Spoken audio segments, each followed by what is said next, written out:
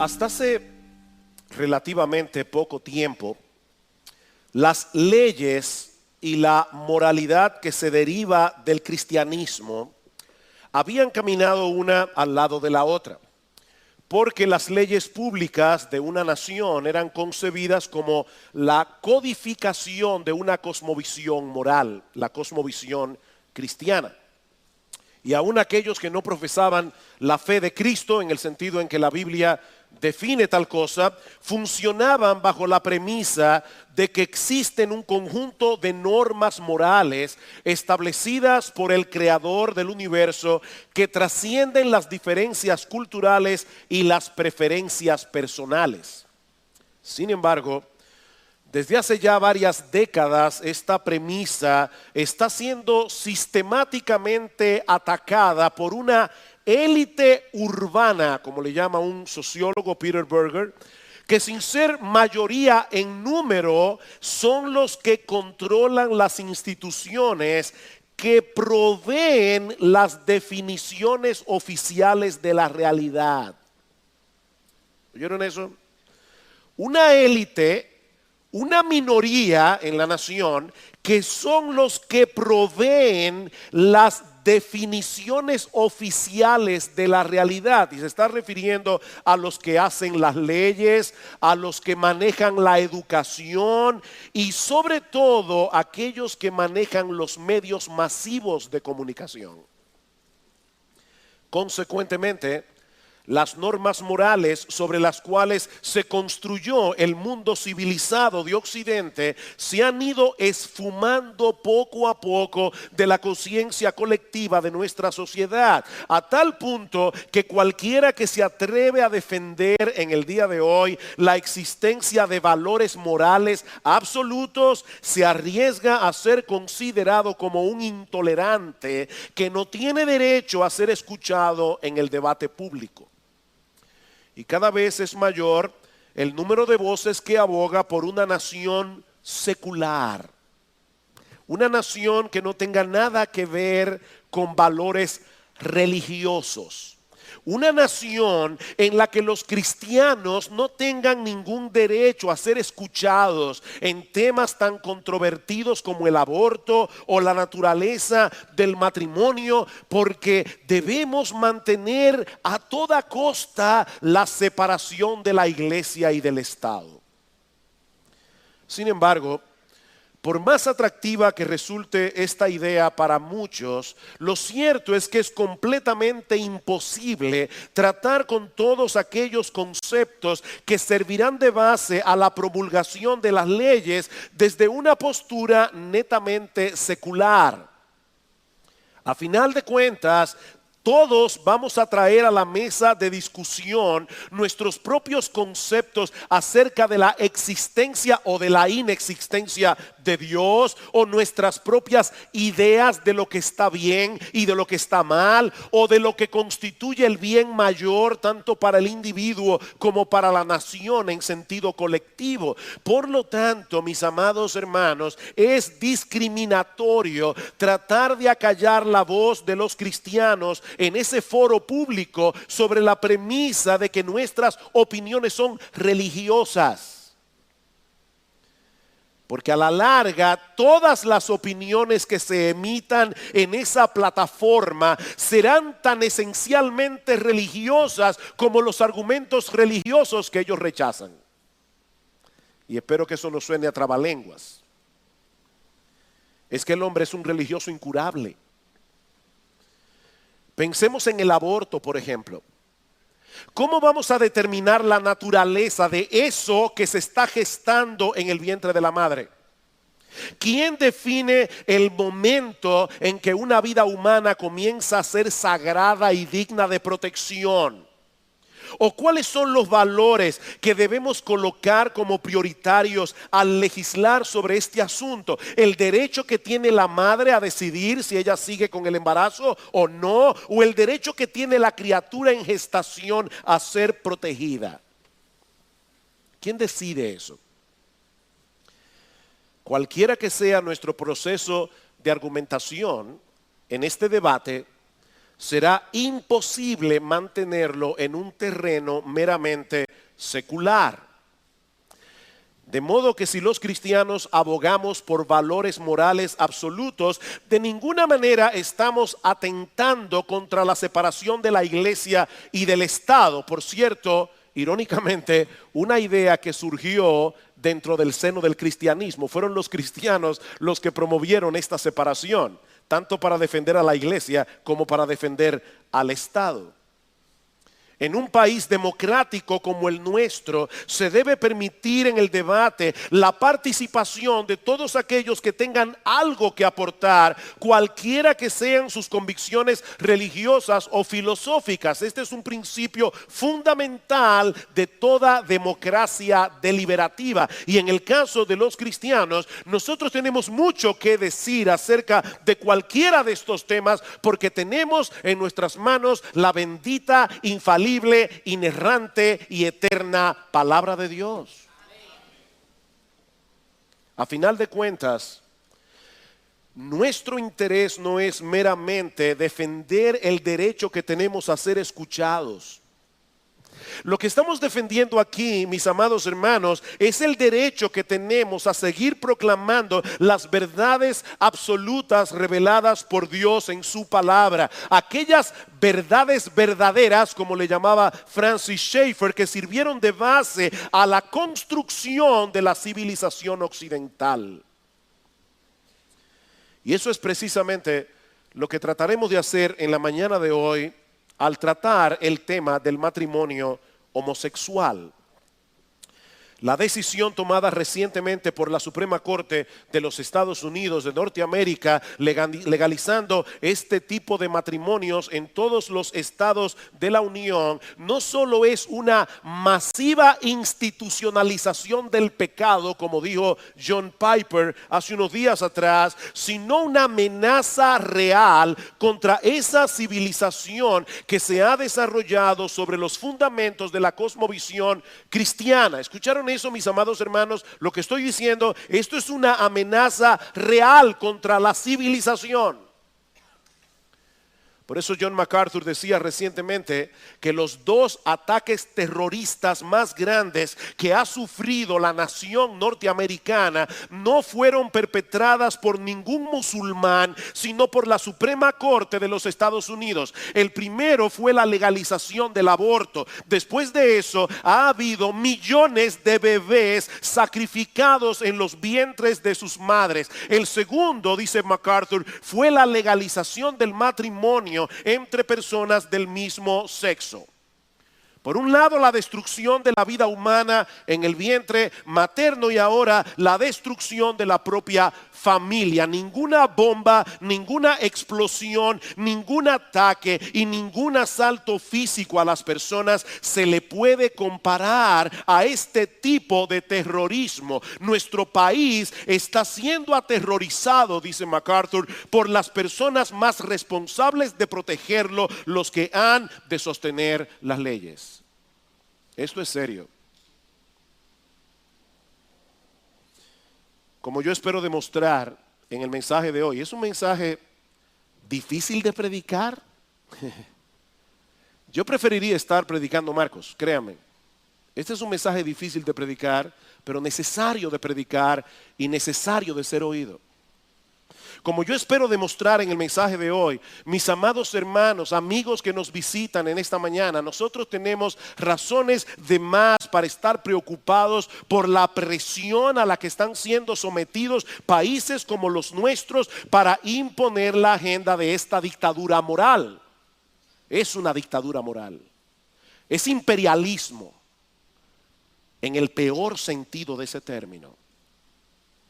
Esto no es un asunto de derechos humanos como se pretende presentar. Es un ataque directo contra el diseño de Dios para el matrimonio y para la familia. Y a final de cuentas es un ataque contra la moral de la nación, contra la libertad de culto, contra la libertad de expresión y contra la libertad de predicar el evangelio. Decía MacArthur en ese mensaje que acabamos de citar, que ningún tribunal humano tiene la autoridad de redefinir la moralidad. Pero este tribunal, refiriéndose a la Suprema Corte, ha dicho que el asesinato ya no es asesinato, que el matrimonio ya no es matrimonio y que la familia no es familia. Han usurpado la autoridad que le pertenece solo a Dios, que es el creador de la vida, del matrimonio y de la familia. Cualquier intento de definir la moralidad de una manera diferente a como la define Dios es una forma de rebelión, de blasfemia contra Dios, contra su santa naturaleza, contra su santa ley y contra su pueblo santo. Eso es lo que está en juego aquí. Ahora, antes de pasar a considerar las implicaciones de esta decisión de la Suprema Corte y por qué nos debe importar esto a nosotros, permítame tomar unos minutos para ver cuál es el diseño de Dios para el matrimonio, de acuerdo a la enseñanza de los primeros capítulos del Génesis. El matrimonio no es un invento del hombre, no es una institución que surge con el desarrollo de las sociedades humanas. El mismo día que Dios creó a los primeros dos seres humanos de toda la historia, Adán y Eva, Dios estableció el matrimonio como una relación monógama entre el hombre y la mujer que se complementan entre sí. Génesis capítulo 1, versículo 26 al 28. Entonces dijo Dios: hagamos al hombre a nuestra imagen, conforme a nuestra semejanza, y señoree en los peces del mar, en las aves de los cielos, en las bestias, en toda la tierra y en todo animal que se arrastra sobre la tierra. Y creó Dios al hombre a su imagen. A imagen de Dios los creó, varón y hembra los creó. Y los bendijo Dios y les dijo: fructificad y multiplicaos, llenad la tierra y sojuzgadla y señoread en los peces del mar, en las aves de los cielos y en todas las bestias que se mueven sobre la tierra. Tanto el hombre como la mujer fueron creados a imagen y semejanza de Dios, pero con dos sexos distintos, varón y hembra, de manera que el hombre y la mujer son iguales en ciertos aspectos, pero son distintos en otros. Y mis hermanos, es extremadamente importante que nosotros estemos claros con respecto a este punto. Porque en los últimos años la llamada ideología de género, y por eso a propósito no usé la palabra género aquí para decir que hay un género masculino y un género femenino. La ideología de género se ha encargado de propagar la idea de que todos nacemos con un sexo determinado, obviamente no lo pueden negar, pero que eso no siempre coincide con lo que cada uno siente acerca de su propio género. En otras palabras, según esta ideología, alguien puede haber nacido genéticamente como un varón, pero internamente sentirse como una mujer y viceversa. Y cada cual debe tener la libertad de ser lo que él o ella sienten ser. De manera que se nace con un sexo determinado, varón o hembra, pero el género es una construcción cultural, como dijo la feminista Judith Butler, algo que cada persona debe determinar independientemente del sexo con que nació. Pero mis hermanos, eso no es lo que nosotros vemos en las Escrituras. Dios creó a los seres humanos con un conjunto de características que hacen que el hombre sea hombre y que la mujer sea mujer. ¿Y saben cuál es la gloria del hombre? Ser hombre, no ser macho, ser hombre. ¿Saben cuál es la gloria de la mujer? Ser femenina. Y a ambos, al hombre y a la mujer, Dios les dio la responsabilidad de fructificar, de multiplicarse, de llenar la tierra. Y aunque la reproducción no es el único propósito del matrimonio, mis hermanos, en el diseño de Dios, el matrimonio está supuesto a ser una unión capaz de reproducirse. Capaz de reproducirse en otros seres humanos también creados a la imagen de Dios. Más adelante en el capítulo 2 nos encontramos con más detalles acerca de esta historia. Es como si le diéramos un clic a Génesis capítulo 1, versículo 26 al 28, ahora podemos ver la escena con más amplitud. Y allí en el capítulo 2 aprendemos que Dios creó primero al hombre y que luego creó a la mujer para que viniera a ser su complemento, para que llegara a ser la ayuda idónea del hombre. Génesis capítulo 2, versículo 18. Y dijo Jehová Dios: no es bueno que el hombre esté solo, le haré ayuda idónea para él. Jehová Dios formó pues de la tierra toda bestia del campo, toda ave de los cielos, y las trajo a Adán para que viese cómo las había de llamar. Vieron, Adán fue formado del polvo de la tierra, y los animales también.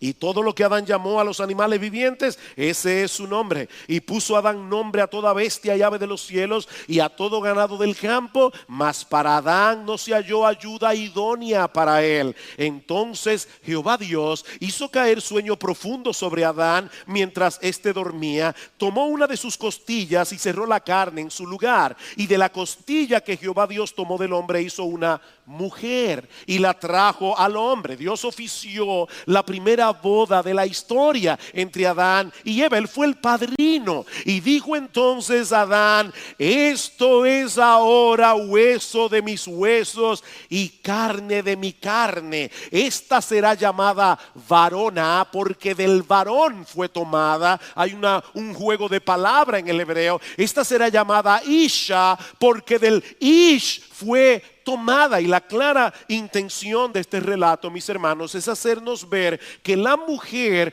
comparte con el hombre la misma dignidad humana. Esto es ahora hueso de mis huesos, es carne de mi carne, pero al mismo tiempo el pasaje reconoce su condición de mujer. Esta será llamada varona, porque del varón fue tomado. En otras palabras, Eva no era otro animal, pero tampoco era otro hombre.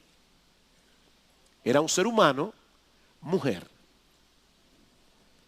Es esa similitud en la diferencia lo que hace posible el tipo de unidad que se produce en el matrimonio. Noten cómo inicia el versículo 24. Por tanto, ¿ven el punto aquí? La conexión entre lo que se ha dicho y lo que se va a decir. Por tanto, una cosa es consecuencia de la otra. El hecho de que Dios creara al hombre del polvo de la tierra, pero a Eva la creara de una costilla del hombre, fue hecho así para establecer entre ellos un vínculo de pertenencia y de intimidad. El hombre, mis hermanos, está diseñado para desear a la mujer, y la mujer está diseñada para desear al hombre de acuerdo con el anhelo que Dios puso en la naturaleza de cada uno de complementarse entre sí. Hay un anhelo puesto por Dios. Por eso es que Pablo dice en Romanos capítulo 1 que la homosexualidad es un pecado contra naturaleza, porque Dios puso en la naturaleza del hombre el desear a la mujer. Dios puso en la naturaleza de la mujer desear al hombre y desear complementarse entre sí. Era la intención de Dios hacer una unidad entre estos dos individuos, ambos creados a su imagen y semejanza, compartiendo la misma humanidad, pero con las características particulares que hacen que el hombre sea hombre y la mujer sea mujer. Por tanto, dejará el hombre a su padre y a su madre y se unirá a su mujer. No podía ser más claro. El hombre dejará no a su padre y a su padre, sino ni a su madre ni a su madre, sino a su padre y a su madre, y se unirá a su mujer, y serán una sola carne. Miren, mis hermanos, esto es tanto lo que se puede decir de este pasaje, pero voy a limitarme a esto. Serán una sola carne. La palabra una que aparece allí es una palabra hebrea, ejad, que implica tanto unidad como pluralidad. Es como hablamos, por ejemplo, de un racimo de uvas. Es un racimo, tiene muchas uvas. O cuando dice que Dios hizo de la mañana y de la noche un día. Esa es la misma palabra que aparece en Deuteronomio capítulo 6, versículo 4, uno de los credos más importantes del Antiguo Testamento, cuando dice: oye Israel, Jehová nuestro Dios, Jehová uno, plural, ejad, es. Hay tres personas divinas distintas en el ser de Dios, el Padre, el Hijo y el Espíritu Santo, pero no hay tres dioses, sino un solo Dios. Bueno, de la misma manera, Dios diseñó el matrimonio para que representara esa unidad en la diversidad que encontramos en el ser mismo de Dios. El matrimonio representa en ese sentido la Trinidad. Y eso no puede ser representado de la misma manera por dos personas del mismo sexo. Tiene que haber unidad en la diversidad. Y más adelante Pablo nos revela en la carta a los Efesios que había algo más profundo todavía allí. Y es que esa unidad en la diversidad que encontramos en el matrimonio fue diseñada a final de cuentas para representar la relación de Cristo con la iglesia. Grande es este misterio, dice Pablo. Nadie aborreció jamás a su propio cuerpo, sino que lo cuida y lo protege como Cristo a la iglesia, porque somos miembros de su cuerpo, de su carne y de sus huesos. Y ahí Pablo cita Génesis capítulo 2, versículo 24 y dice, aquí hay un misterio. ¿Saben cuál es el misterio? Que eso que Moisés escribió en Génesis capítulo 2, versículo 24, él no lo sabía, pero él estaba hablando realmente de la relación de Cristo y de la iglesia. Así que mis hermanos, mis amigos, el matrimonio no puede ser tomado a la ligera, ni podemos redefinirlo a nuestro antojo sin sufrir las consecuencias. No se trata de un modelo arcaico que nosotros podemos reemplazar por una versión más avanzada, matrimonio 2.2. Ese es el núcleo fundamental de la sociedad humana. ¿Recuerdan cuando al Señor Jesucristo lo cuestionaron acerca del divorcio? En Mateo capítulo 19. Al Hijo de Dios, a la segunda persona de la Trinidad hecha hombre. ¿Cuál fue su respuesta? ¿No habéis leído que el que los hizo al principio, varón y hembra los hizo? Y dijo, por esto el hombre dejará padre y madre y se unirá a su mujer y los dos serán una sola carne. Así que no son ya más dos, sino una sola carne. Por tanto, lo que Dios juntó, esa unidad entre el hombre y la mujer en el vínculo del matrimonio, no lo separe el hombre. Es el Dios encarnado que está hablando aquí. Unos 1500 años después de Moisés, pero él no trató de introducir un nuevo esquema de familia, porque él sabía que el original es el único esquema viable. Dios hizo los seres humanos varón o hembra. No existe otra opción. Y los creó varón y hembra para que formaran entre sí una sola carne en el vínculo del matrimonio. Esa unión no solo es capaz de reproducirse, esa unión provee el contexto más apropiado en el que los hijos pueden ser criados con un sentido de seguridad mientras observan un modelo de masculinidad y de femineidad en casa que se complementan entre sí. Bueno, pastor, ¿usted sabe cuántas parejas heterosexuales tienen un matrimonio desastroso? Y muchas terminan en divorcio.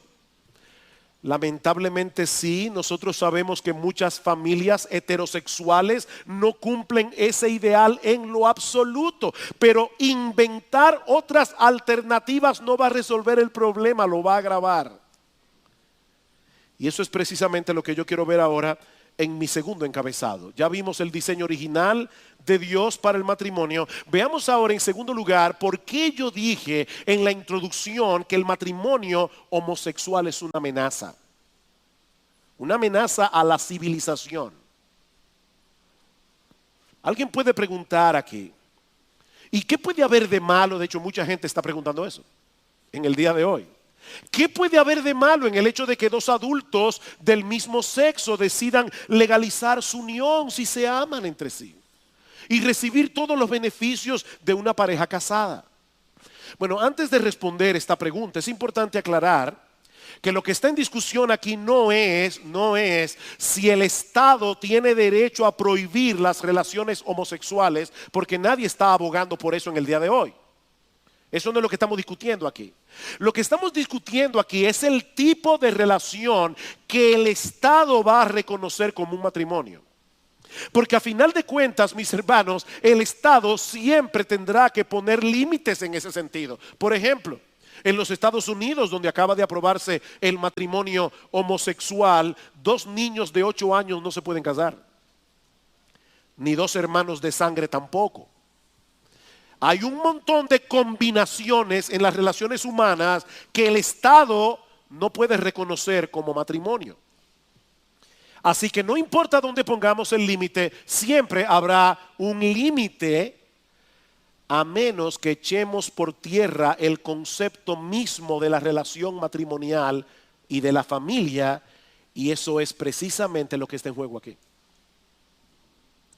Es interesante notar, hermanos, que en los países donde el matrimonio homosexual ha sido legalizado, el número de parejas del mismo sexo que ha decidido casarse es ínfima en relación a la cantidad de personas que profesan ser homosexuales.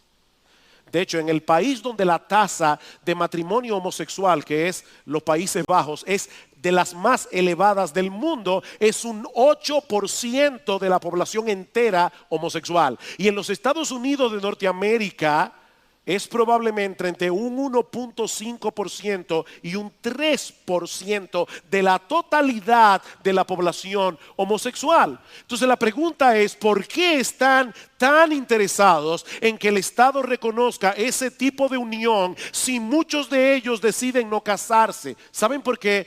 Porque la agenda de estos activistas, estoy hablando de los activistas, de los fundamentalistas, de los fanáticos, de los militantes de este movimiento, la meta es la destrucción del matrimonio tradicional. Es la destrucción de la familia. Y algunos de ellos han sido lo suficientemente honestos como para reconocerlo. Michael Signorile, un activista homosexual, dice que lo que ellos intentan hacer es redefinir la institución del matrimonio completamente. Pedir el derecho de casarse no como una forma de adherirse a los códigos morales de la sociedad. O sea, no, bueno, vamos a dejar de tener una vida promiscua y vamos a vivir con una sola pareja, dice Michael Signorile. Esa no es nuestra meta, es desbancar por completo un mito, el mito del matrimonio, y alterar radicalmente una institución arcaica. La idea, la acción más subversiva que pueden emprender los gays y lesbianas es transformar por completo la noción de la familia. ¿Y saben qué, hermanos? Lo están logrando. Por eso estamos hablando de aquí. Lo están logrando. En esos mismos países en los que se ha legalizado el matrimonio de personas del mismo sexo, ¿saben lo que ha sucedido? Que la tasa de matrimonios heterosexuales ha decaído grandemente. Y ha traído como resultado un incremento de niños nacidos fuera del matrimonio. En los Estados Unidos ya el porcentaje de niños nacidos fuera del matrimonio es de un 50%, y lo mismo está pasando en los países nórdicos de Europa. Más de un 50% de niños que nacen fuera del matrimonio. En la misma medida en que se intenta redefinir el matrimonio, en esa misma medida se degrada la institución, en esa misma medida pierde la credibilidad. Aparte de que eso abre una caja de Pandoras de consecuencias impredecibles. Piensen en esto por un momento. Si el Estado decide legalizar el matrimonio de personas del mismo sexo, ¿por qué no legalizar otro tipo de combinaciones? ¿Por qué debemos impedir la poligamia, por ejemplo? O grupos de hombres y mujeres, todos casados entre sí, siempre que profesen amarse sinceramente. Si vamos a quitarle la exclusividad al matrimonio monógamo formado por un hombre y una mujer, ¿por qué le daremos ese derecho a algunos y se lo negaremos a otros? Al abrir la puerta al matrimonio homosexual, no pasará mucho tiempo sin que otros grupos comiencen a demandar los mismos derechos, incluyendo los pedófilos. Pero vayamos un poco más lejos. Una vez sea aprobado el matrimonio homosexual, ¿acaso no debería ser aprobado también el derecho a adopción que tienen esas parejas ya legalmente casadas? Como las parejas homosexuales no pueden tener hijos, tendrán que adoptar niños, irónicamente concebidos por heterosexuales, disminuyendo así las posibilidades de que esos niños puedan vivir en un hogar con un papá y una mamá.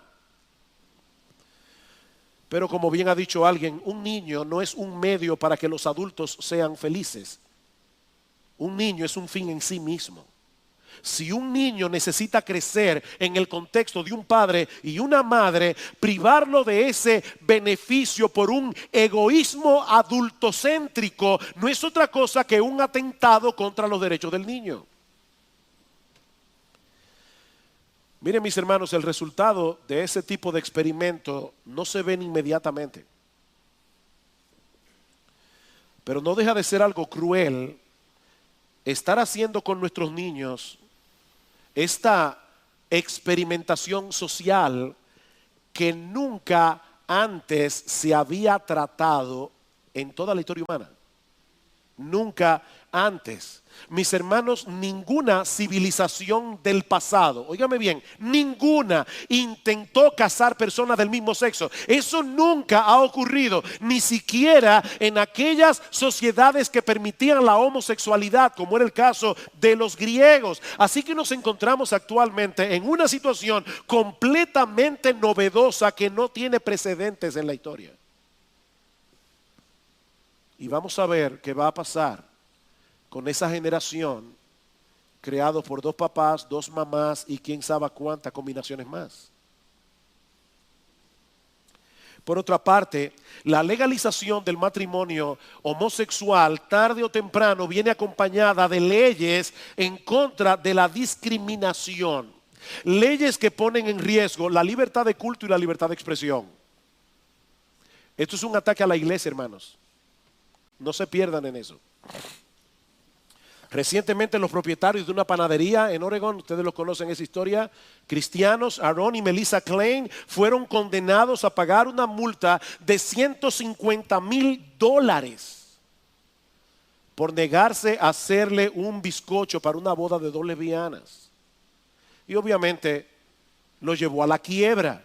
El año pasado en Estocolmo el pastor Ake Green fue sentenciado a 1 mes de cárcel. ¿Cuál fue su delito? Predicar en el púlpito de su iglesia acerca del pecado de la homosexualidad. Más recientemente, algunos jueces en Estados Unidos, después del 26 de junio, han tenido que renunciar a sus posiciones porque no están dispuestos a sacrificar sus conciencias y casar personas del mismo sexo. Y lo mismo va a pasar con los pastores en las iglesias. Y ya ustedes escucharon la noticia como en el mes de octubre del año pasado, Annise Parker, alcaldesa de Houston y activista LGBT, pidió a los pastores que entregaran sus sermones para que sean examinados por los abogados del ayuntamiento, a ver si esos pastores podían ser llevados a los tribunales por las alusiones que hacían acerca de la homosexualidad en sus sermones. No estamos jugando, hermanos.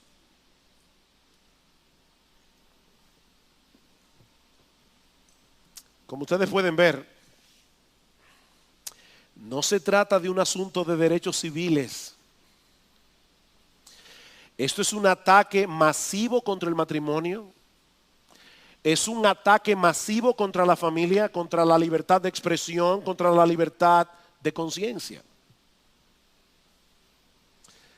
Y la pregunta que queremos responder en los minutos que nos restan es: ¿qué debemos hacer nosotros, la iglesia, ante esta situación? ¿Qué debemos hacer? Bueno, en primer lugar debemos orar. Debemos orar. Estamos convocando un día de ayuno y oración. Hermanos, esto es importante. Ya ustedes vieron lo que Dios hizo hace una semana atrás cuando diferentes iglesias llamamos a un tiempo de ayuno y oración y cómo Dios nos respondió.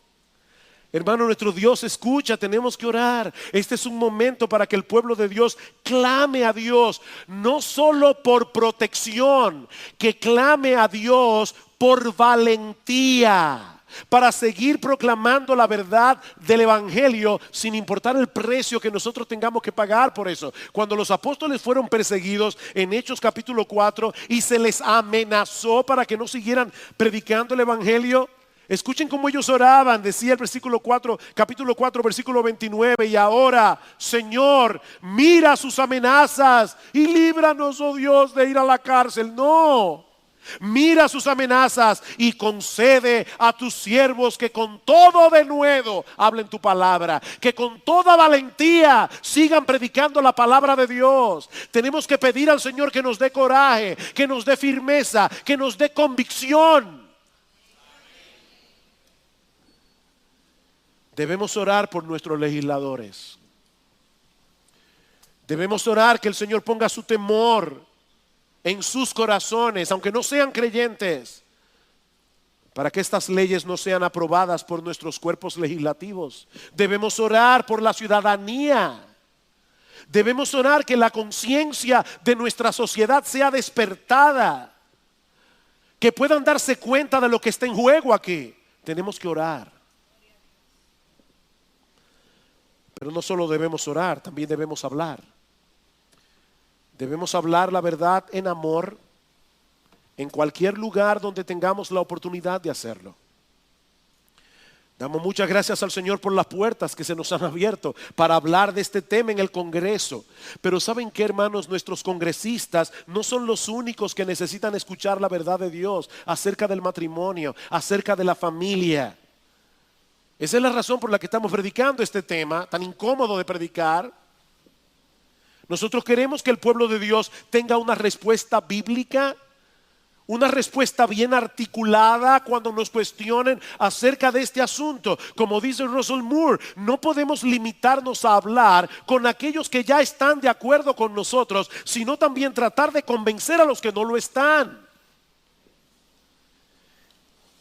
Y miren, mis hermanos, para hacer eso, no solamente tenemos que hablar abiertamente acerca de este tema, nosotros no podemos limitarnos a usar frases prefabricadas, eslogans. Esto no se va a resolver diciendo Dios hizo a Adán y a Eva, no a Adán y a Esteban. Eso no es un argumento. Nosotros tenemos que presentar una argumentación sólida, enraizada en el evangelio. Tenemos que saber responder cuando se nos pregunte por qué esto debe ser atacado, porque esto es una amenaza, porque esto es un peligro. Hermanos, esa es la razón por la que estamos aquí hoy. Debemos hablar la verdad en amor. Por otra parte, mis hermanos, la iglesia está llamada a ministrar a los homosexuales con la verdad de las Escrituras, pero mostrándoles al mismo tiempo un amor profundo y genuino. Y en ese sentido, yo creo que es sumamente importante hacer la aclaración aquí que no todos los homosexuales son activistas, fanáticos, militantes, fundamentalistas y radicales. No todos los homosexuales pueden ser colocados en esa categoría. Mis hermanos, hay muchos que por diversas razones, y no vamos a entrar aquí en el tema de por qué una persona puede llegar allí, pero hermanos, hay muchos que por diversas razones tienen una fuerte inclinación y una atracción por personas del mismo sexo, y son personas que sufren por ello. Mis hermanos, hay mucho sufrimiento en la comunidad homosexual, mucho sufrimiento.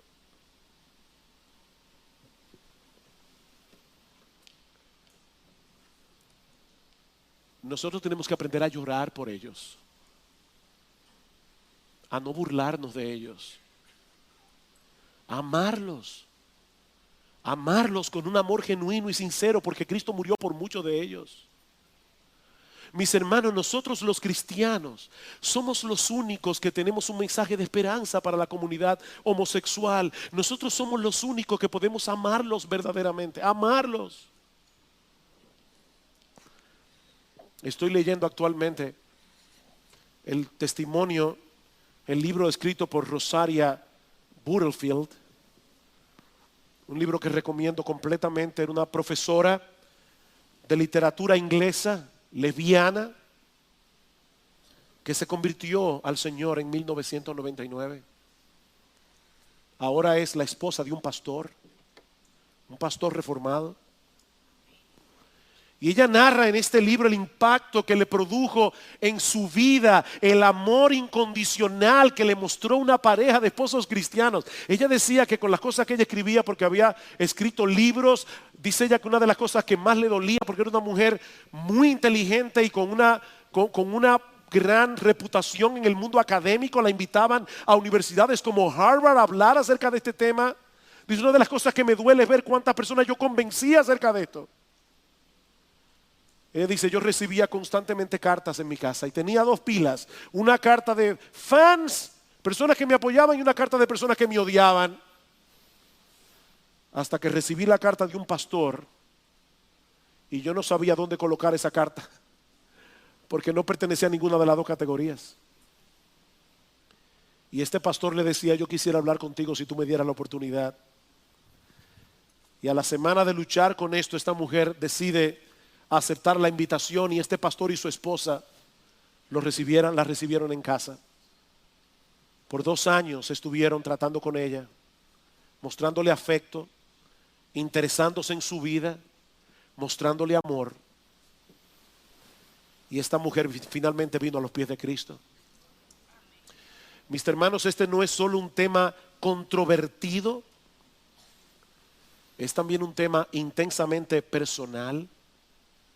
Es un tema que afecta la vida de mucha gente que tal vez aún después de convertirse a Jesucristo tendrán que luchar toda su vida con esa tentación. Estoy leyendo otro libro escrito por Sam Allberry. Se llama Is God Anti-Gay? ¿Es Dios anti-gay?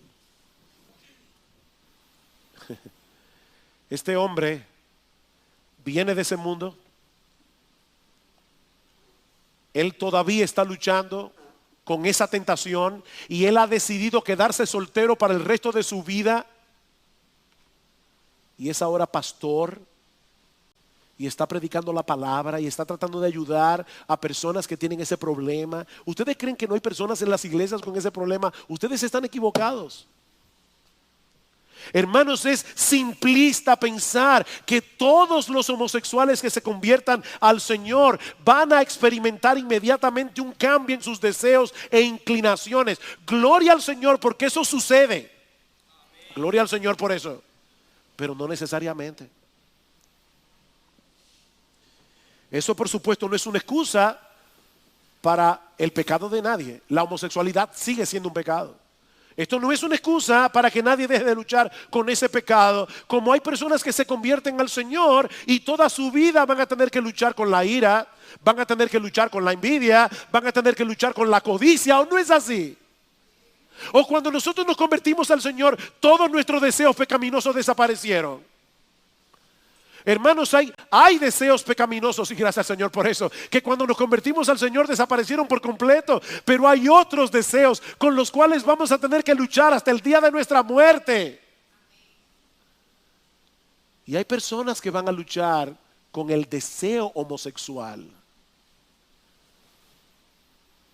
¿Y saben qué necesitan ellos?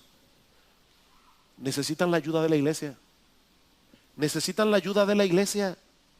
La iglesia tiene que reconocer que esas personas necesitan la ayuda de otros cristianos que decidan caminar juntos con ellos para ayudarlos en medio de una lucha que se acreciente en la soledad, mis hermanos. La iglesia está llamada a ser una familia.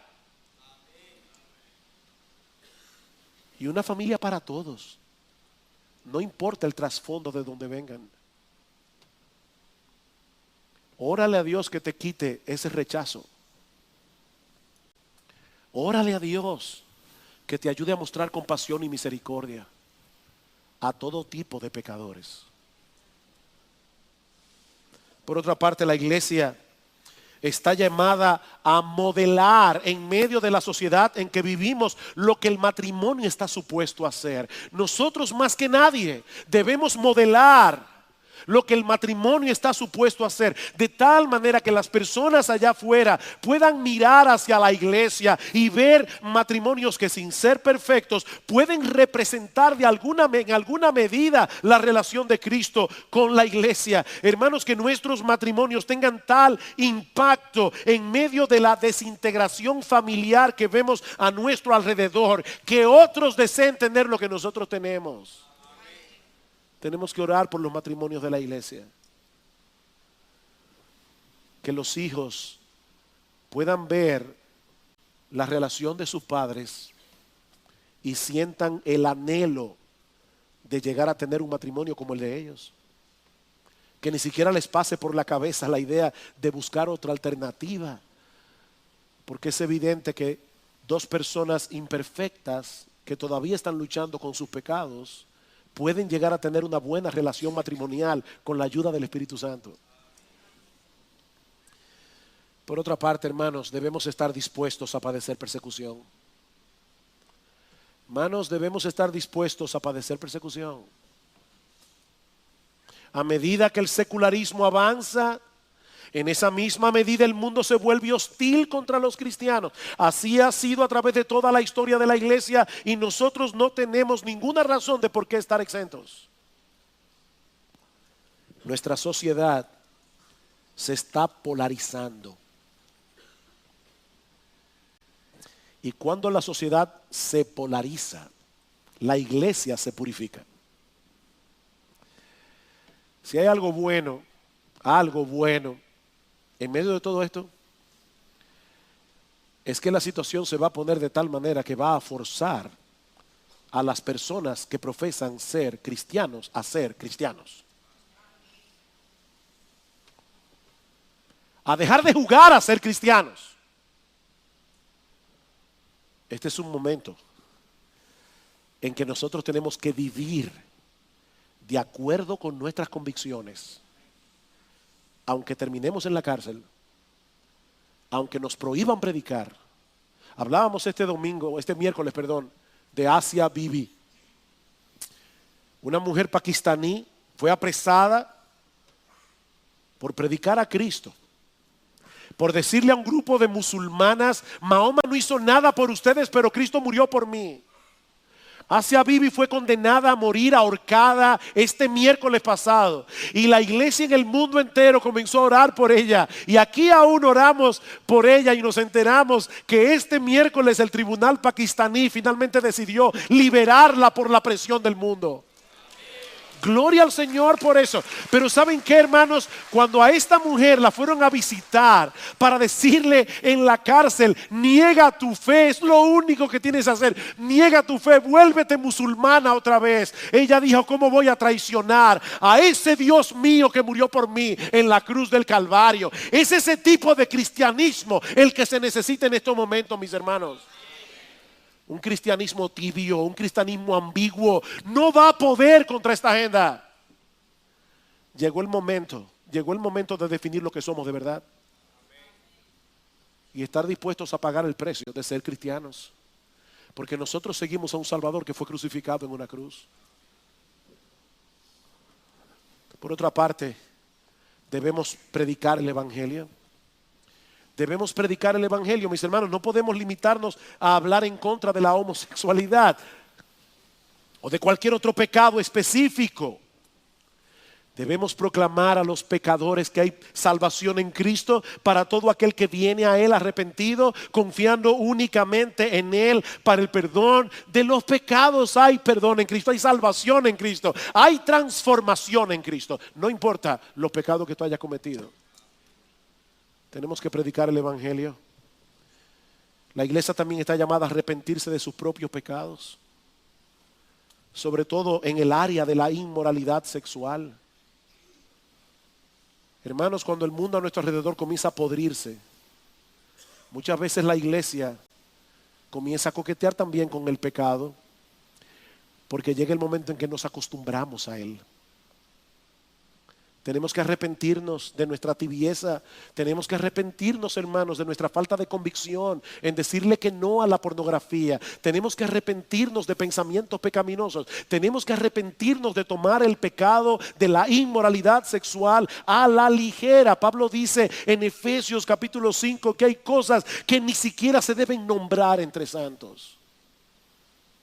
¿Existe la posibilidad de que nosotros estemos tomando estos pecados a la ligera? La iglesia tiene que arrepentirse. La iglesia tiene que humillarse. Y cuando hablo de la iglesia, no estoy hablando de una institución, estoy hablando de ti, estoy hablando de mí. Tenemos que arrepentirnos de nuestros pecados. Pero la iglesia también está llamada a confiar en un momento como este en el Dios soberano. Hace un momento, citábamos Hechos capítulo 4, cuando la iglesia se reunió a orar.